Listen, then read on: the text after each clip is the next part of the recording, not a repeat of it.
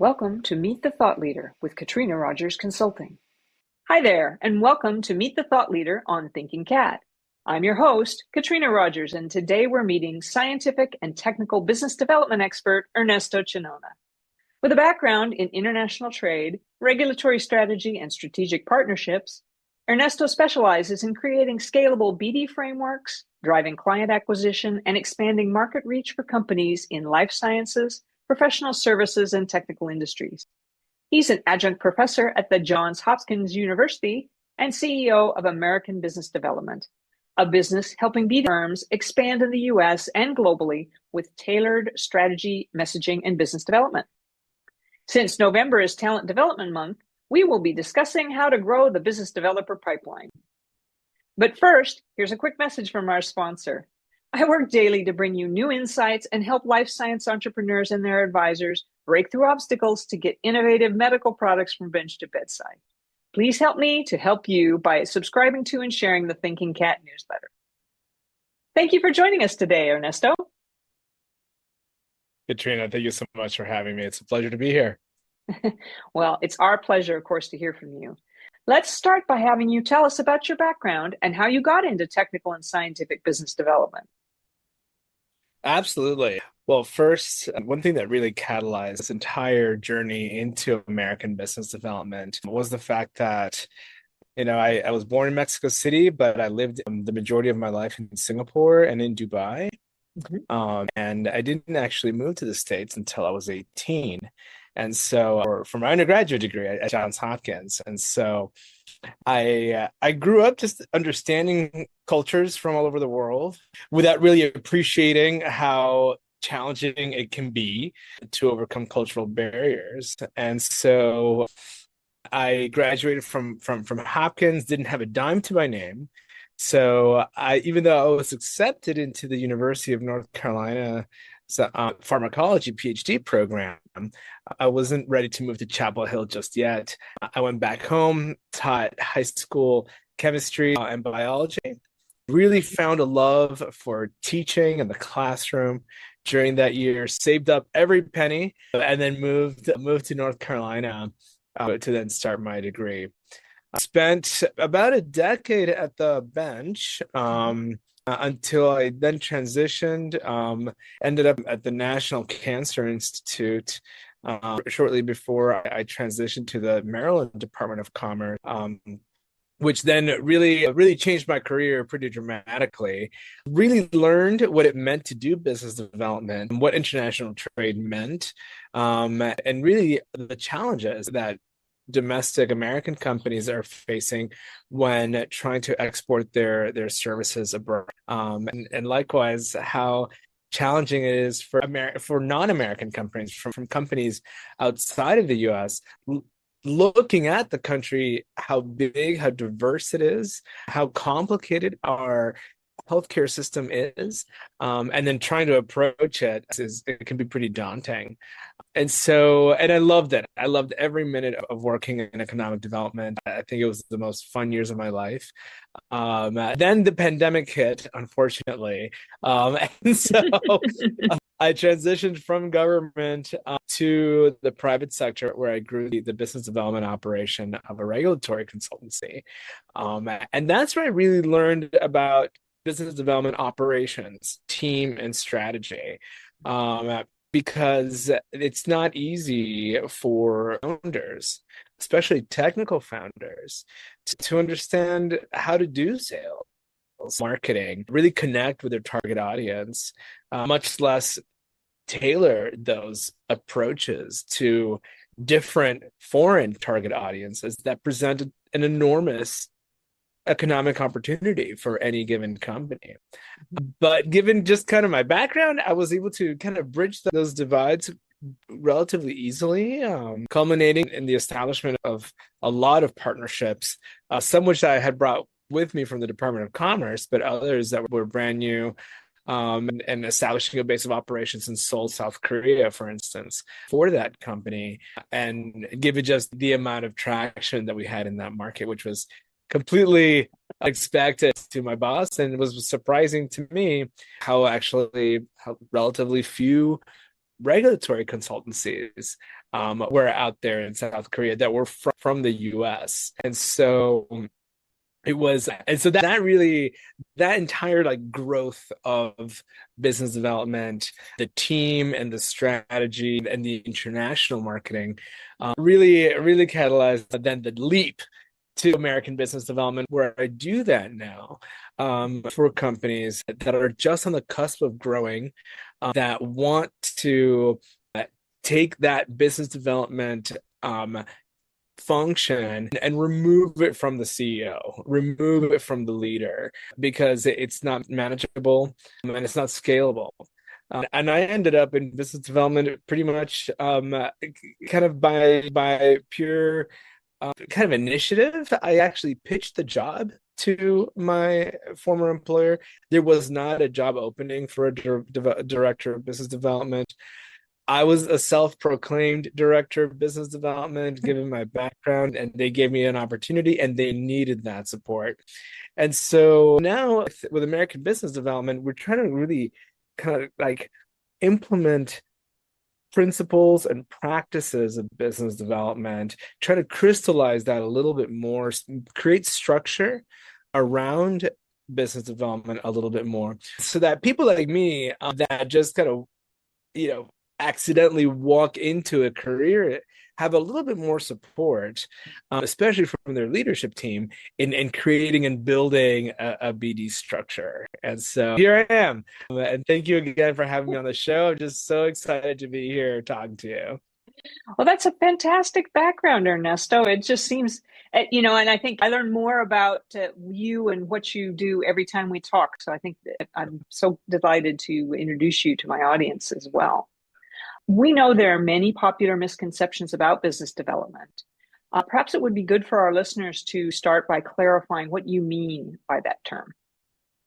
And it is a term that means different things for different people, and I completely agree. Especially in our industry or in technical fields, business development can mean anywhere, any sort of business to business interaction. And sometimes it's investors, sometimes it's clients, sometimes it's strategic partnerships. And so let me define what business development is for me, and really kind of in the context of the business developer, because it's really the person. And so for me and for American business development, a business developer is somebody who, number one, has that subject matter expertise.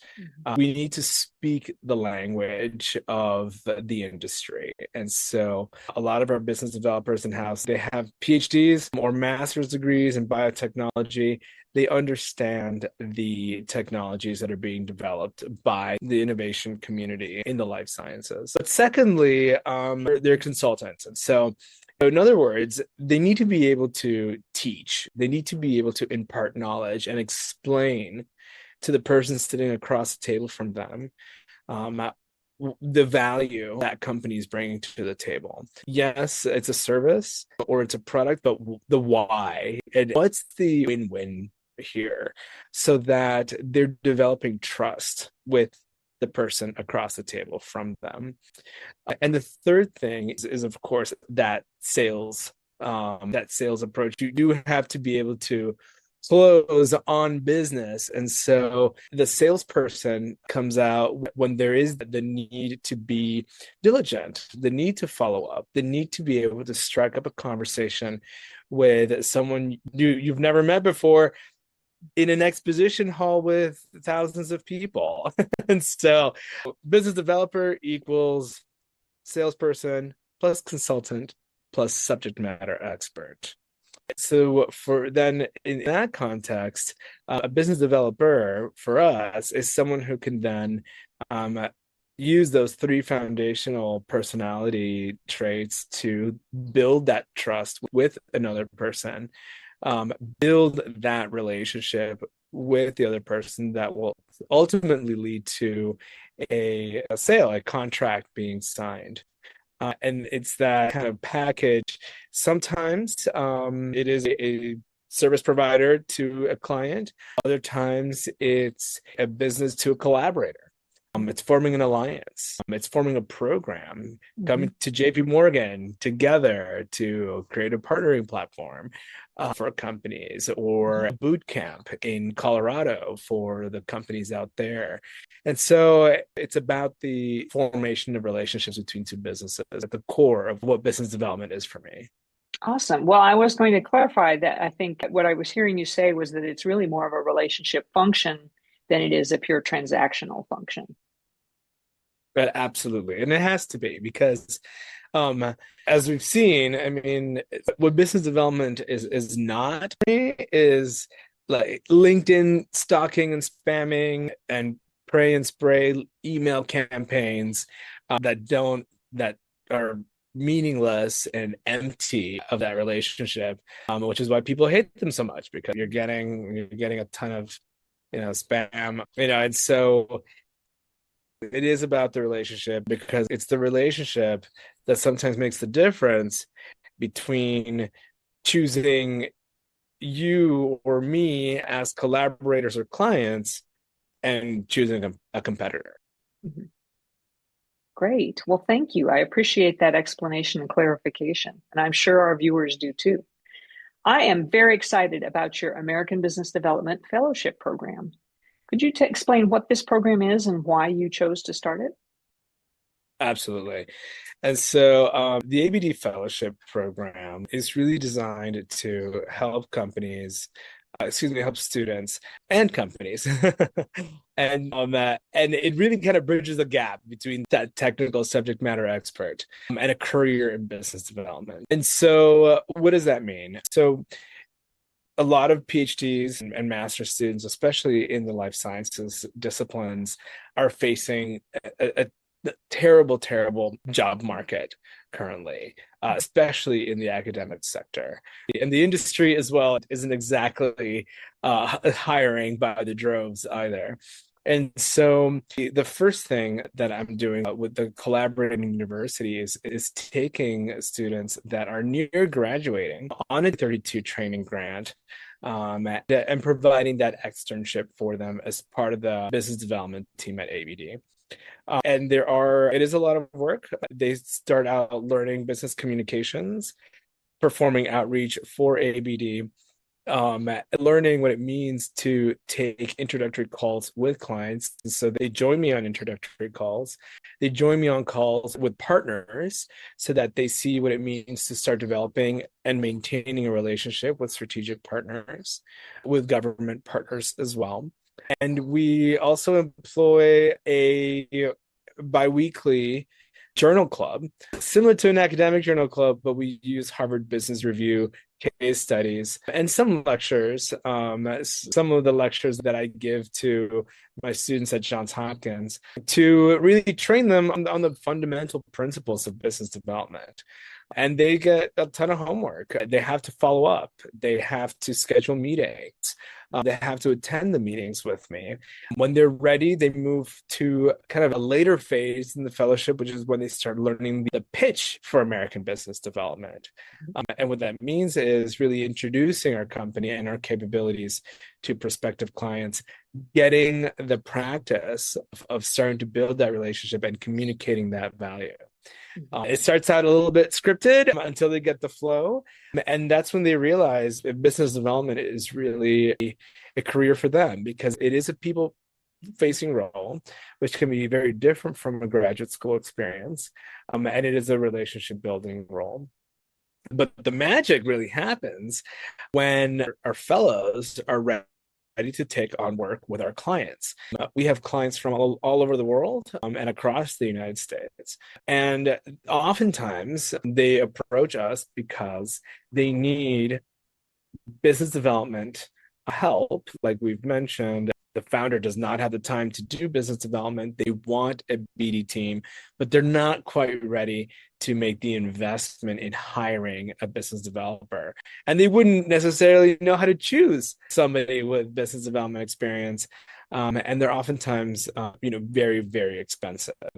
And so what we do is we pair our fellows with our clients and they start getting real world experience. One of our fellows did a tremendous job with a clinical trial CRO out of Australia. They gave her an email address, they gave her a title, she was doing outreach, she was scheduling meetings. She was really taking the responsibility of being their business development representative in the US, while the clinical trial CRO was based in Australia. And the beauty is, when she graduates from her program at Georgetown, there is a very high probability that she may get hired by the CRO as their business development lead here in the US.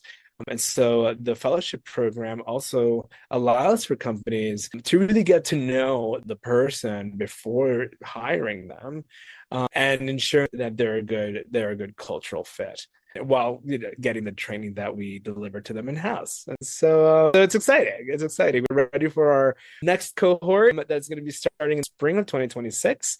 And applications will open right after the Thanksgiving holiday. Perfect. Well, that's exciting. And I've got some folks I want to share this with for sure. So you did a fantastic job of explaining what scientific and technical graduate students might expect to learn from and do as an ABD fellow, and at least one of the outcomes that your current cohort is seeing. So if I understand correctly, too, let me play this back. It sounds like you're also teaching the companies a little bit about what is the business development function and how it might be valuable for them, on a go forward basis.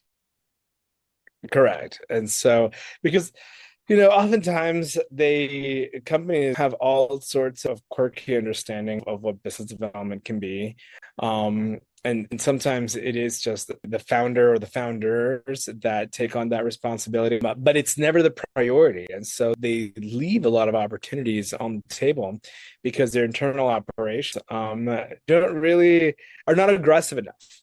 They don't really support the activity or allocate the time that it takes to develop and maintain these relationships with their prospective clients. And companies see that all the time. They meet somebody at bio, they exchange a business card, then they go back to their home country.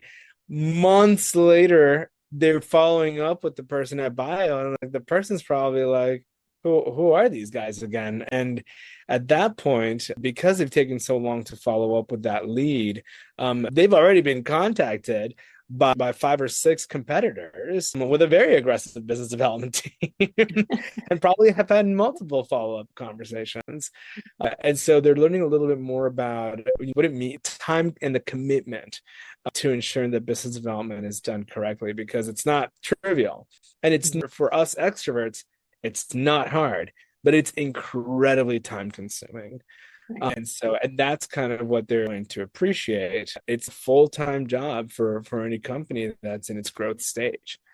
And that's what I really like. We teach them a lot about, what data to collect with respect to their CRM and demographics of their target clients, where they got their referrals. Is it a therapeutics company? In what indication is it? The important metrics that help them better understand then where to place their priority when they're doing business development, what conferences they should be attending, how to elevate their brand within a biotech ecosystem in the US, so that leads are coming to them and they're not always hunting and traveling and conferencing, which is likely the most inappropriate and the most costly. It's not inappropriate, excuse me, the most inefficient and most costly way to generate leads. And at the end of the day, we just want to empower them to generate leads in a cost-effective way. And through our programs, that's definitely one of those ways. Great. Well, let's flip the script just a little bit here and talk about, because some of our listeners are likely to be some of these CEOs of small companies that are, moving towards the growth stage. When would you like to hear, when you feel like is the best time for you to start talking to them? And what are the first steps of your process usually look like? So we're happy to talk to companies when they're struggling to generate business. Like, they have bandwidth for more clients. We talked to a medical device prototype manufacturer here in Maryland not too long ago.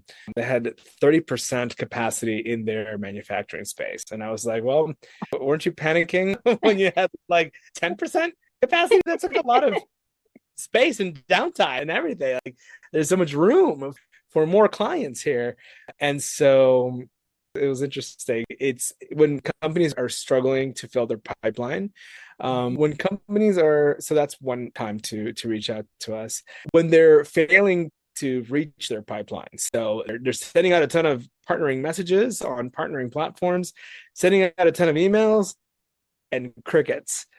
Then that's probably also a really good time to meet with us. Third, when the founder hates business development, oftentimes we talk to especially independent consultants. It's really hard to juggle between executing on a project and hunting for new business, and kind of doing both at the same time. And how do you?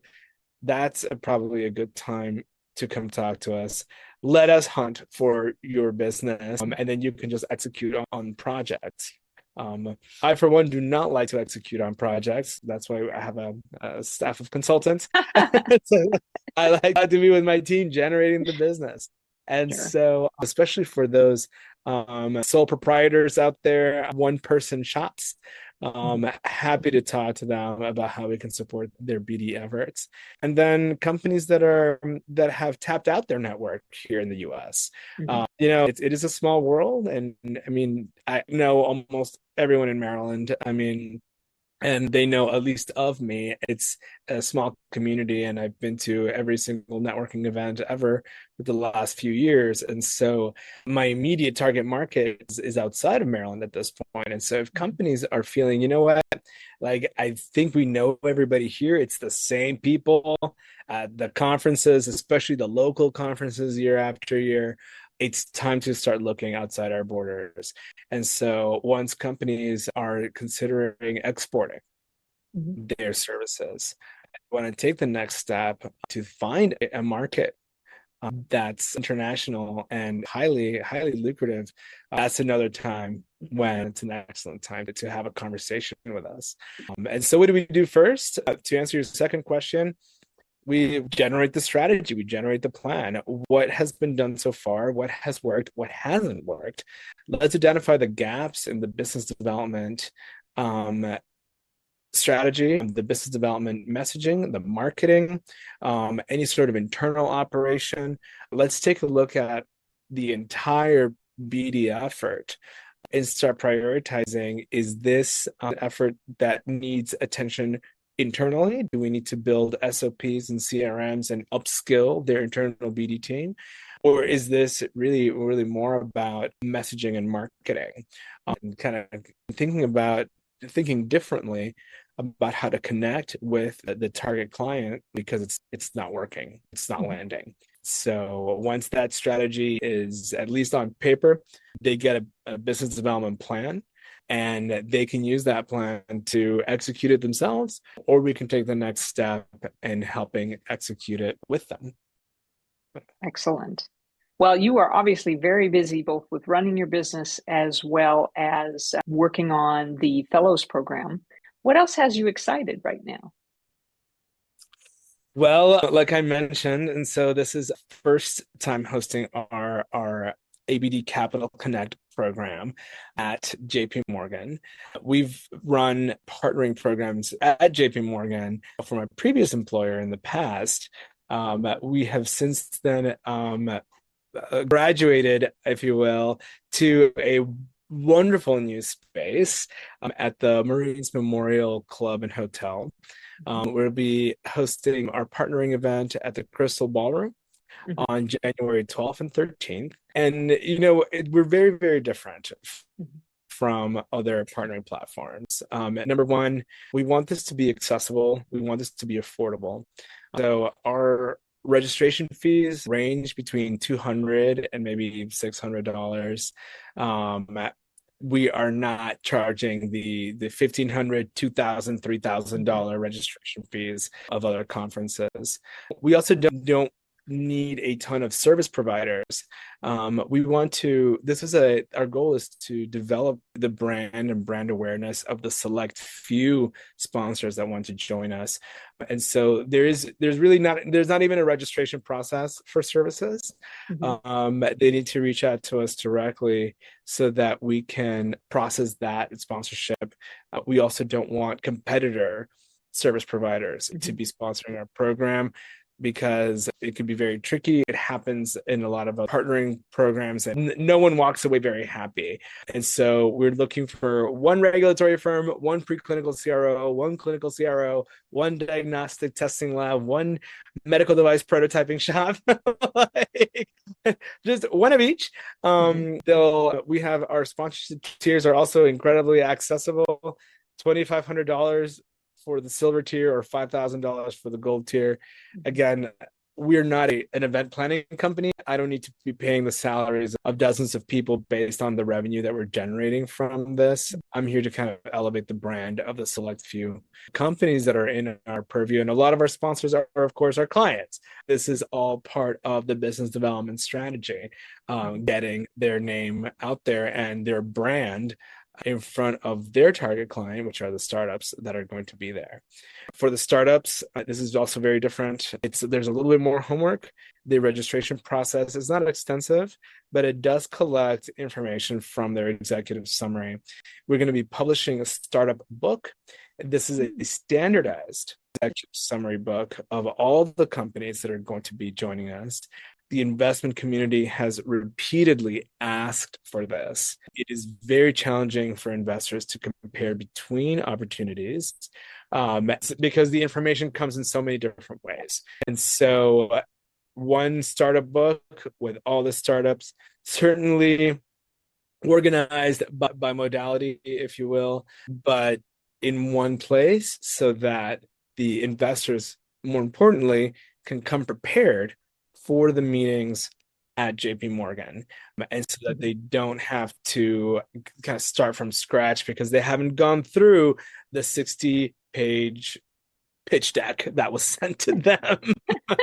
And so that's going to be really important. Another key differentiator is the investor book. And so investors will have to answer some questions, not as extensive necessarily as the startups, but people want to know, are you a broker? Are you an actual investor? Are you part of a PE or venture capital firm? Are you part of a family office? Are you currently deploying capital, or are you here to survey the technological landscape? Because we also want our startups to be prioritizing who they reach out to on our partnering platform, and being diligent about the research that goes into the investment thesis of these groups. Oftentimes, what we hear from investors in our network is that startups do not come prepared for the meetings. And this is one way that we're trying to get both parties to be very prepared and be very productive in an affordable environment. And of course, it'll be fully catered. We'll have coffee all day. We'll have a networking lunch. We'll have a reception, the whole thing. But hopefully at a price point that's accessible to our companies and our sponsors. It's been how many years now of just headwinds and nuclear winters? That's the two terms Time for that spring, right?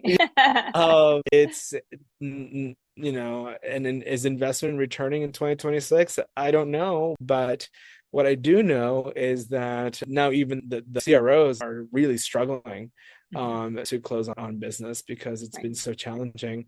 There's no shortage of clients. There's no clients that have any funding. And so hopefully, please reach out. Please join us for ABD Capital Connect. You and your team and any collaborator that will wish to participate, we would love to have you. Perfect. That's a great way to end this conversation. I have your LinkedIn URL, and I also have the URL for AmericanBizDev.com. Maybe you could provide me with the URL for your Capital Connect, and then I could put those all together on the written materials that will accompany this video. Absolutely. And if you just go on our webpage, Mhm. americanbizdev.com, the top banner leads you right to the Capital Connect Oh, page. perfect. So I know you told me you were going to launch it soon. I just wanted to make sure that you have it launched. You launched it already so that I wasn't over It is promising. Yes, it is launched and registration is going to open tomorrow, in fact. Ooh. So we'll be sending out an email. I swear that's going to be the one mass email that we will send to everyone we know. This is this one, but we believe that it's a little bit different. We're trying to make this incredibly value centric and accessible. And so hopefully folks that receive our email will be appreciative of that. It will be fun to see how it works out, that's for sure. And then, listeners, I think what I want to do, Ernesto's revealed a little bit of the sausage making here. We are recording this on the 24th of September, so he's launching on the 25th of September, but you won't be able to see this.